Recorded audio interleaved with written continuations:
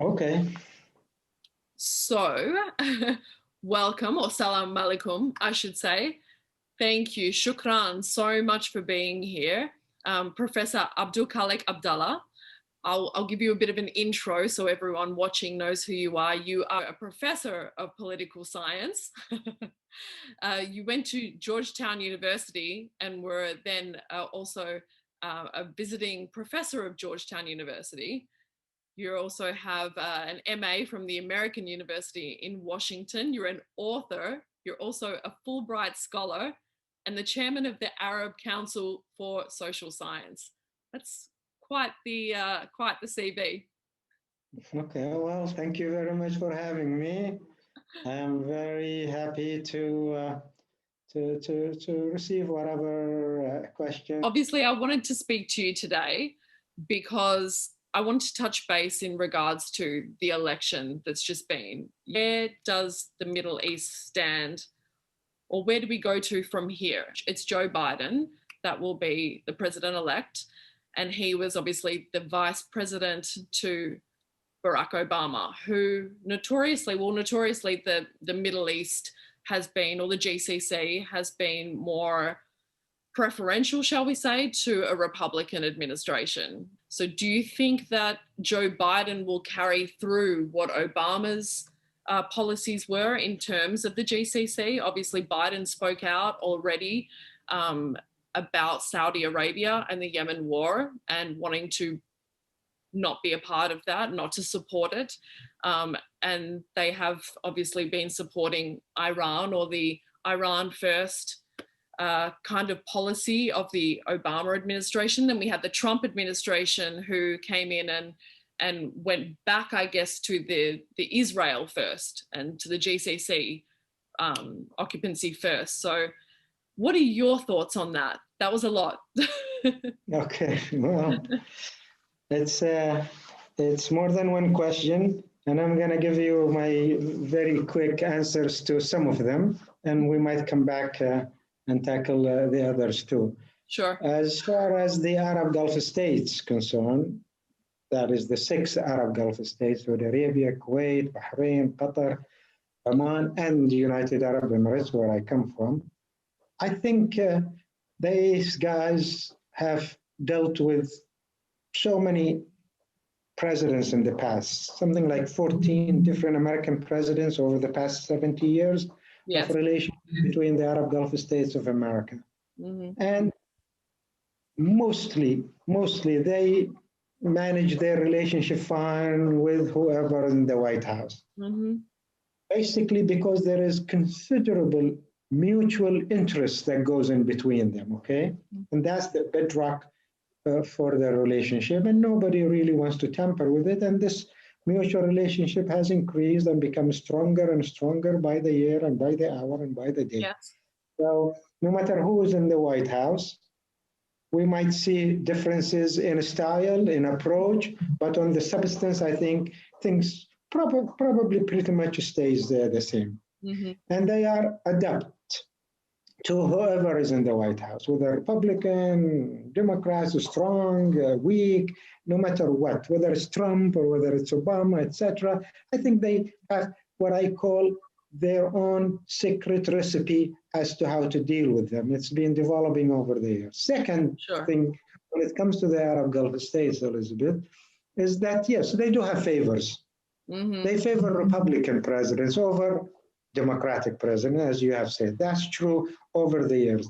It's been easier to deal with a Republican president, such as Trump, as unpredictable that he has been, such as George Bush, etc. Mm-hmm. And that is because Republicans have a better feeling for their security concerns. Right. Than Democrats. And that's very important. Security is a very important commodity and very important issue for these guys. And whoever have more feelings for our security concerns, they have a better relationship with. So Republicans generally tend to have they are more sensitive to our security needs than Democrats. And third on this is that they really value personal relationship as much as they value the political leg of the relationship, okay? And that means Republicans have been better at reaching out to the leaders of the region, whereas the Democrats has been very impersonal, very aloof.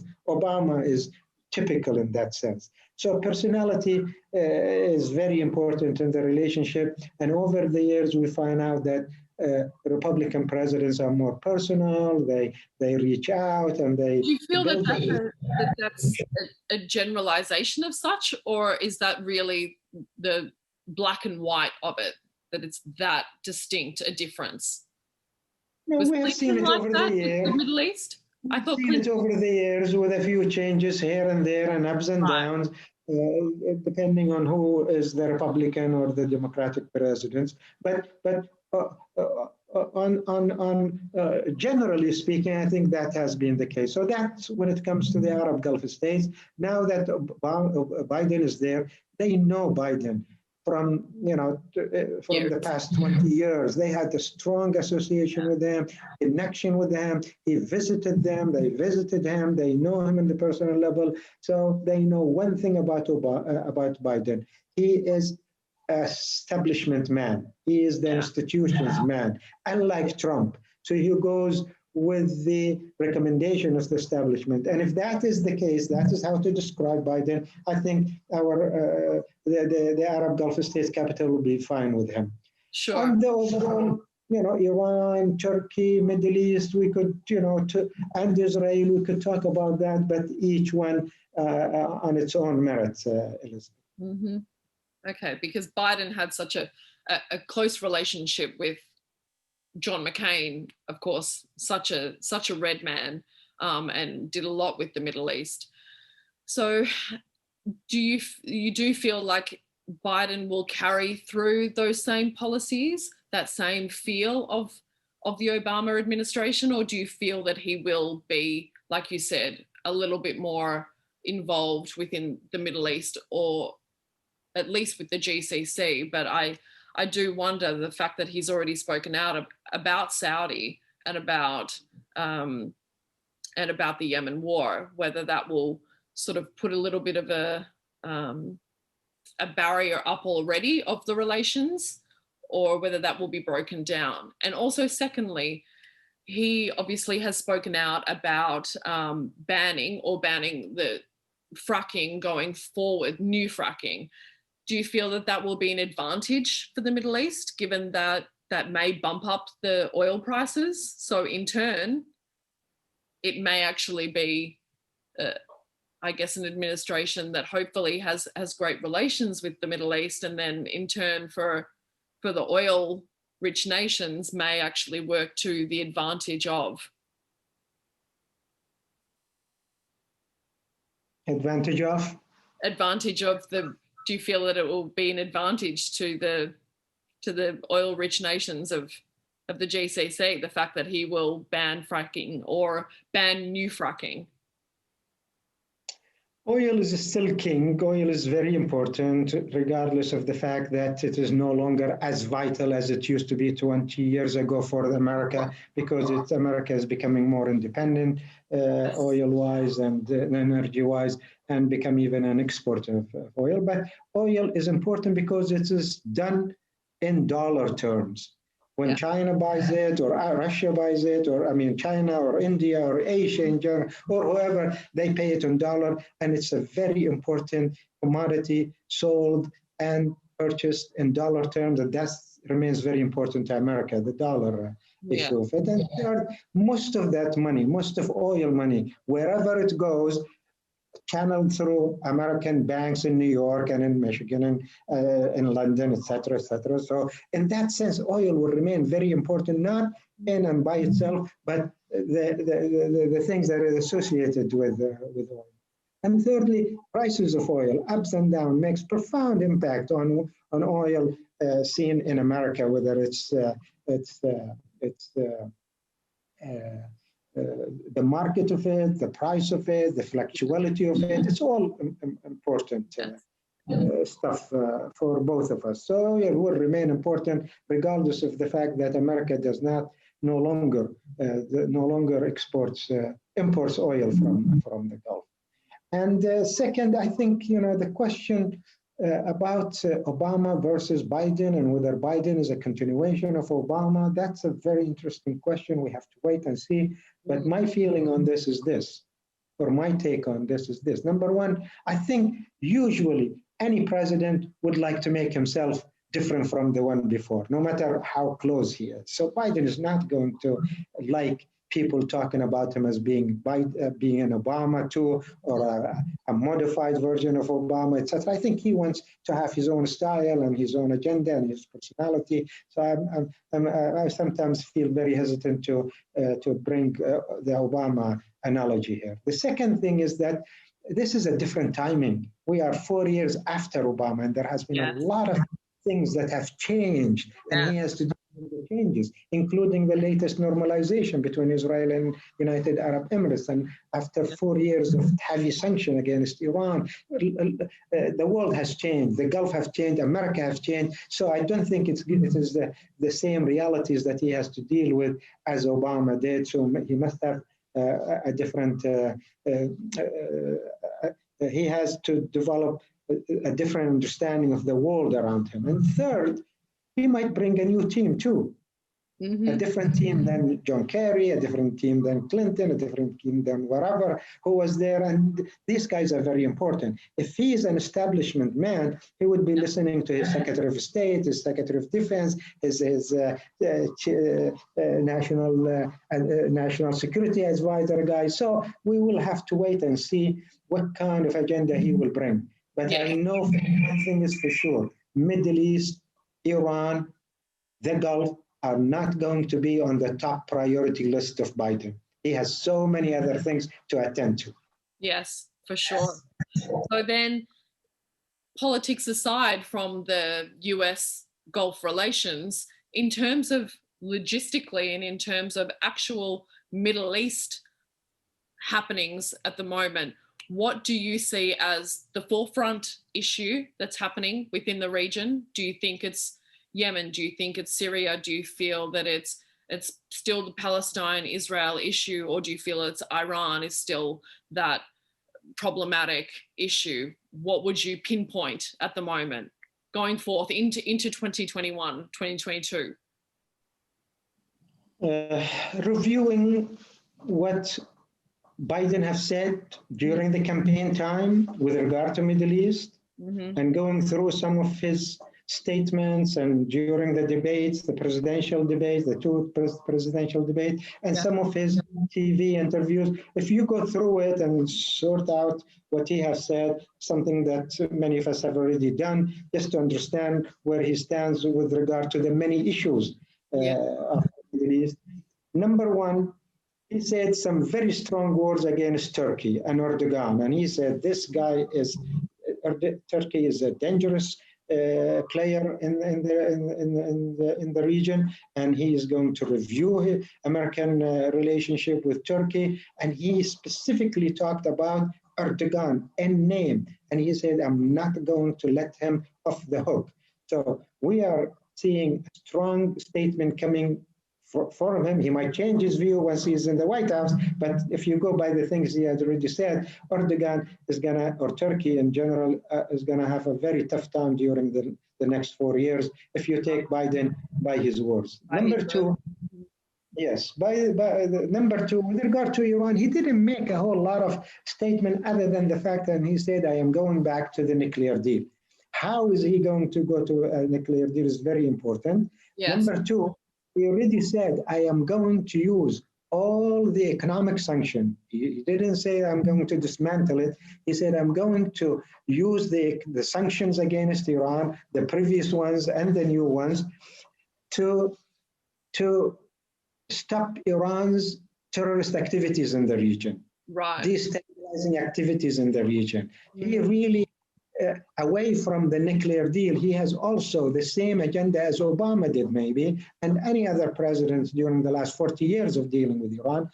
Iran is still considered by the American establishment as a destabilizing force in the region.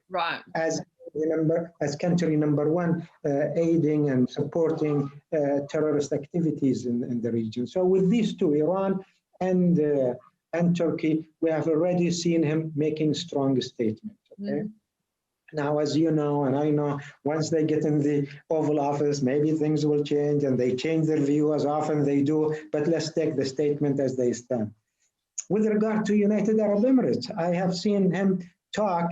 There are videos, if you want, I could share it with you, where he really talked so much decently and nicely and friendly when it comes to United Arab Emirates. He attended a couple of meetings here and a couple of those conferences, and the latest one was not too far away, where he attended, where he was invited to Dubai and met the Sheikh Mohammed bin Rashid, the Vice President, Prime Minister, and he said such a nice things about Sheikh Mohammed, about Dubai and United Arab Emirates. So in general, he has a very positive view of UAE.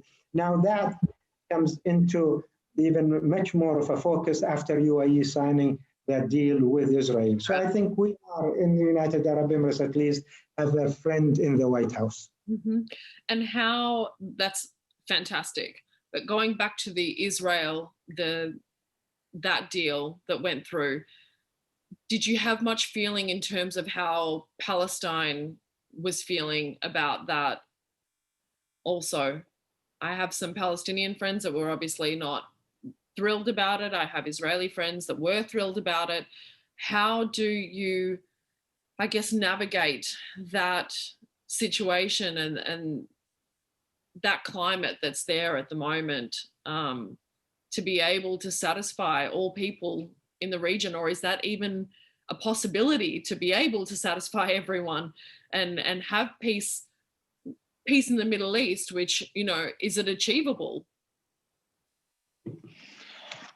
Well, I think the UAE, me, whatever, fully understand the frustration that the Palestinians feel and the anger maybe the Palestinians feel as a result of this Abraham Accord that UAE have signed with Israel and with the United States being the third partner here. So I think the frustration, we understand it, we heard it, probably some of it legitimate, some of it is not necessarily that legitimate, but the Palestinians, the leaders have already made their case that this accord has been done without a consultation with them, etc., which is okay, fair enough. However, the UAE does what is in its own best interest.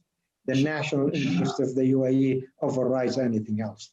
And the complaint that we have, or the grievances we have with the Palestinians, is that the leadership is lethargic, the leadership is corrupt, the leadership is incapable of dealing with the new realities, that the leaders of the Palestinians have always been on the rejectionist front, and there is no charismatic young leader that deals with it. This deal could have been easily used by the Palestinians to their advantage. If Mahmoud Abbas came to the UAE and said, okay, you're going to do this deal out of your national interest, what about maybe bringing our case to the deal? And if they have just done that, but they didn't. They sit in Ramallah and they complain and they reject and they do this and that. And the guy is, too old really to move around in this sense. So we are not at fault. We have done whatever we did. And the most tangible fruit that came out of this deal, Elizabeth, the tangibles, there is no much tangibles except one. And that is the UAE have got this freeze over the annexation, okay? Yes. Annexation might have been, in the freeze mood because of American or European, but the UAE put all of its leverages. UAE have a tacit relationship with Israel over the past 10, 15 years, okay? Yes. And they used it in such a clever way through that letter that Yusuf Ataiba have sent, written in the Israelis, Ahronot, or whatever the journal was, and said, look, here we have there's so much going on between UAE and Israel, all of it tacit, and here it is all at stake at this moment. Okay, if we go with this annexation, forget all of that. We're going to back away from it. But if you put freeze, even if it is temporary, a 4 years freeze or something like that, then we will take all this to a higher stage, full normalization. And it worked. It was a huge gamble, a huge risky decision, but it worked beautifully with Israel. And I think this is where it has come from. So if there's one thing tangible that the UAE got for the Palestinian, it's annexation, it's a window of opportunity, and let's see if they are wise enough, sage enough to take that and use and utilize this window of opportunity. Yes. I'm talking about Palestinians, Elizabeth. Yes, absolutely. Yeah, it's such an interesting thing to watch unfold, and certainly will be very interesting over the next few years, certainly with, Israel being able to invest within the UAE, the flights going back and forth, that inaugural flight that happened was quite historic and very interesting to watch. But again, as you said, it's just watching from here on in things unfold. But speaking regionally within the UAE, our beloved UAE, I see, obviously I'm in Australia at the moment. I flew out a week before, but there has been some law changing in terms of the alcohol law, which was that Muslims are now allowed to purchase alcohol within the UAE. That law has changed. Also, the expat community can now have marriage laws unto their place of birth, which is quite historic also. So do you feel that is, those laws are changing to evolve the country, to bring in more expat community? Or do you feel that this is just a shifting sands in time, it's just a progression issue? Expats love the UAE with or without these changes. It's such a nice, prosperous, secure, etc. And you know it more than anybody else. So we really didn't have to cater for them anymore, okay? Mm-hmm. They already enjoy the safety and the prosperity of it. So it is not really fundamentally done for attracting more expats. We have enough of them. There are 8 million. There is 8 million of them, and we are only 1 million, and you know this imbalance. So I don't think the fundamental reason was to bring more. Okay. But maybe one reason for it, to make them more at ease and more at home with the diversity that we have, the cultural diversity. They come from something like 100 plus nationalities and religious and cultural backgrounds. So I think with these new laws, some of them probably feel more at home and more at ease to use it to their best. But I think it is done fundamentally, and I do call this almost a revolutionary amendments to so many laws, not just one law. So many laws has been revised and amended and upgraded to bring what I call the UAE of the 21st century. There is a UAE of the 20th century, of the past 40 years, and there is the UAE of the last 15 years, the 21st century, to bring it up to more international level of legislation, of rules, of regulations, etc., and make the country look more tolerant for sure. It's already a very tolerant country. To make it more tolerant, whether that attracts more expats or not, that's immaterial. It's good for us, for the citizens of this country. It is number two, make the country look more modern. Yes. Many people look at the UAE, they think it's a very traditional, Bedouin, whatever, close. Well, none of that, you know. Oh, I know this better than anyone, because the questions that I'm often asked before people are traveling into the UAE, I often get messages on also my phone, my Instagram, you name it, wondering, do I need to cover when I come in? What are the rules? What are the regulations? Can I wear? I still get the question of, can I wear bikinis on the beach? Can I hold my husband's hand? I still get those questions to the day. And, it makes me wonder, but I'm very much, on my social media, I really try to highlight the UAE. It's a country that I love so much, and I really like to show it from my perspective, because unfortunately we do live in a world still at the moment that the fact that I have the colorings that I do, that I come from where I do, people tend to listen a little bit more when they ask questions about what they can and can't do, or they see me and, you know, off climbing the mountains or in bikinis on the beach, and they're like, or having a glass of wine, and people are like, oh, so you can do that. Is that what it's like? And I love being able to break that stereotype, which actually leads me to my next question, which was, is there anything about, we'll say the UAE, not necessarily the region, because it is so vast and so diverse, but about the UAE that you feel is a misconception? Oh, there's plenty. There's plenty misconception outside.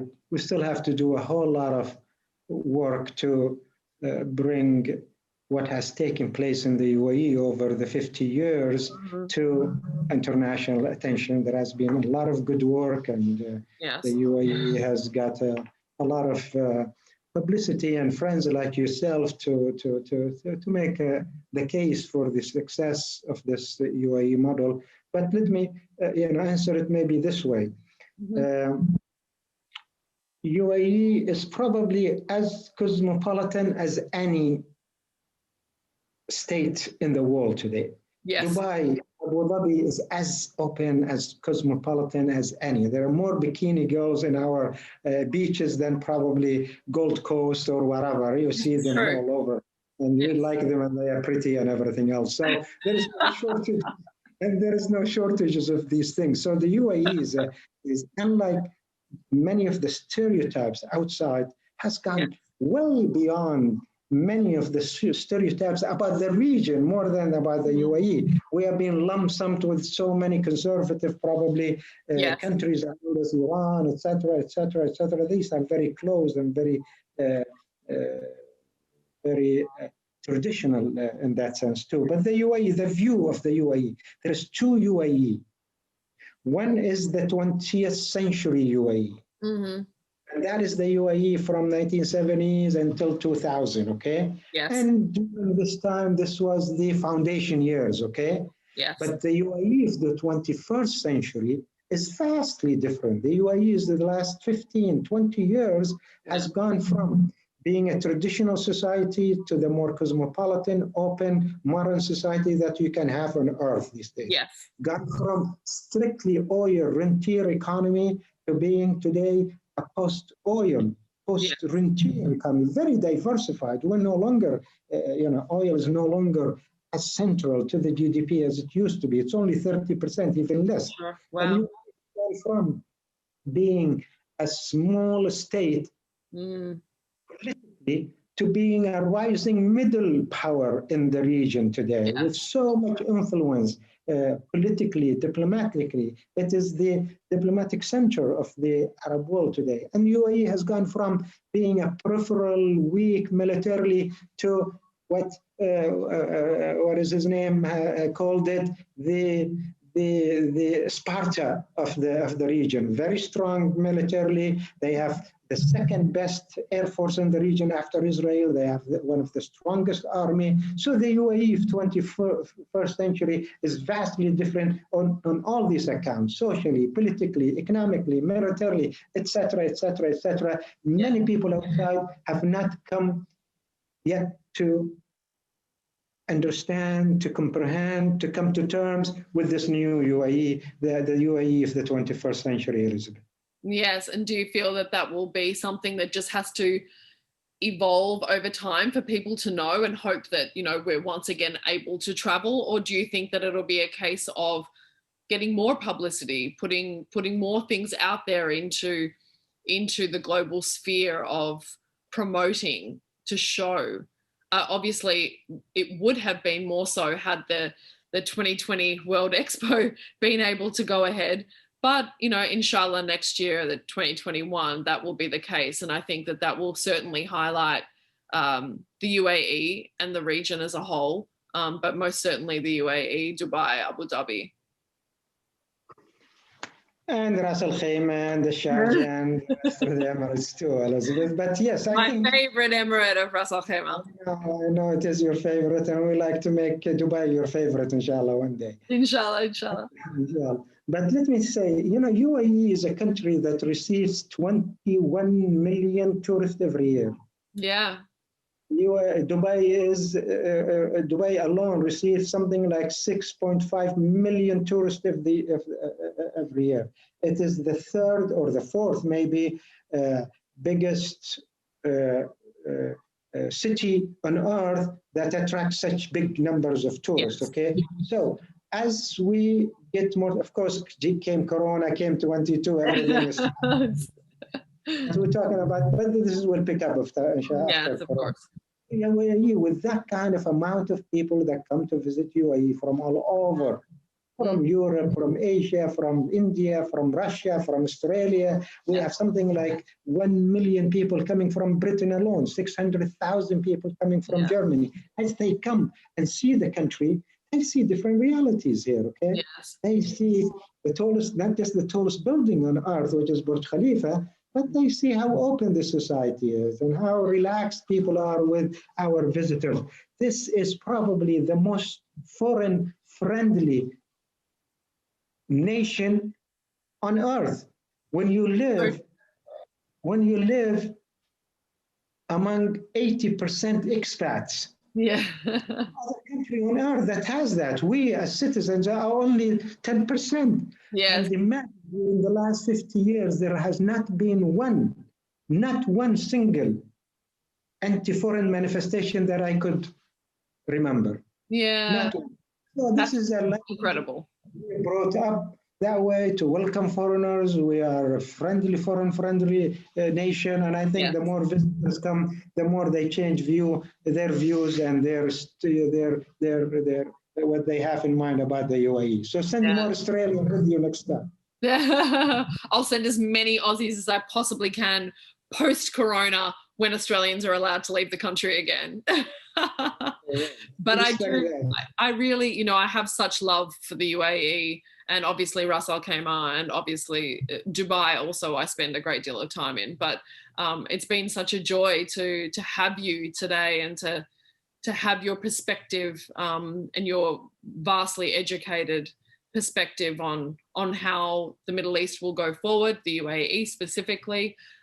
It's going to be a very interesting next 4 years, I should say, but 5 years including of this year to see what happens and going forth. But again, I cannot thank you enough for your time. You're such a pleasure always to deal with. Thank you. And you got out of buying me lunch, so you should be happy with that one. We lost that wager. I owe you lunch now. Thank you for having me. I am very happy to reconnect, and please stay safe.